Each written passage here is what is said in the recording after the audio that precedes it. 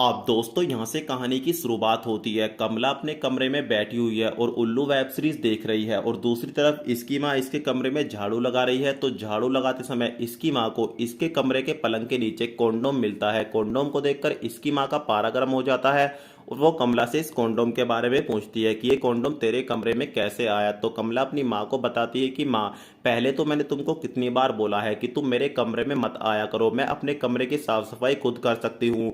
और रही ये कॉन्डोम की बात, तो ये कॉन्डोम बस मैं ये देखने के लिए लाई थी कि ये कॉन्डोम कैसा दिखता है और इसका क्या मजा होता है। तो इसकी माँ इसको बताती है कि अगर तू झूठ बोल रही है तो तू समझ जा कि तेरे साथ बहुत बुरा होने वाला है, क्योंकि जिस घर में तेरा रिश्ता हुआ है उस घर में जांच पड़ताल का रीति रिवाज है। तू समझ जा मैं क्या कहने वाली हूँ।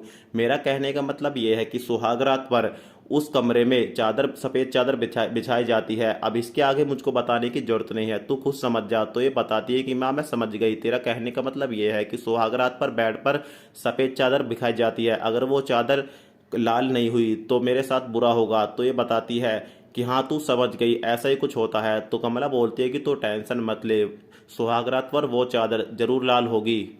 आप कमला की माँ खुश हो जाती है और अपनी बेटी को बोलती है ठीक है, इस कॉन्डोम को मैं अपने साथ ले जाती हूँ। वैसे भी तेरे बाबूजी सारे दिन कुछ नहीं करते, तो आज रात मैं उनसे काफ़ी मेहनत कराने वाली हूँ। उसके बाद दोस्तों कमला की माँ इस कॉन्डोम को अपने साथ ले जाती है और कमला मन ही मन खुश होने लगती है। अब इधर हम देखते हैं कि श्याम, जिसके साथ कमला का रिश्ता हुआ है, जो अपने गांव का एक बहुत बड़ा पहलवान होता है, वो अपने दोस्तों को बताता है कि लड़की को हैंडल करना आना चाहिए, क्योंकि हमारे बाबूजी भी आज तक अम्मा को हैंडल करते हुए आए हैं। इसी वजह से अम्मा के आज तक हमारे बाबूजी के सामने चूं तक नहीं निकली, और तुम देखना सुहाग रात पर हम भी अपनी बीवी की चीखें निकाल देंगे।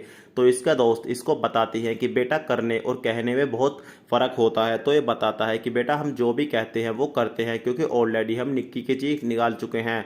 इतने में दोस्तों यहाँ पर निक्की, जो इसकी गर्लफ्रेंड होती है, वो आ जाती है और वो इसको बोलती है कि तुम्हारी शादी होने वाली है और लेकिन तुमने मुझको बताया नहीं। कोई बात नहीं, मैं तुम्हारी शादी में ज़रूर आऊँगी। उसके बाद दोस्तों श्याम का दिमाग ख़राब हो जाता है कि कहीं ये शादी में आकर कुछ बवंडर ना उठा दे। और दोस्तों फिलहाल तो वेब सीरीज़ का जो एपिसोड नंबर 2 है वो यहीं पर समाप्त हो जाता है।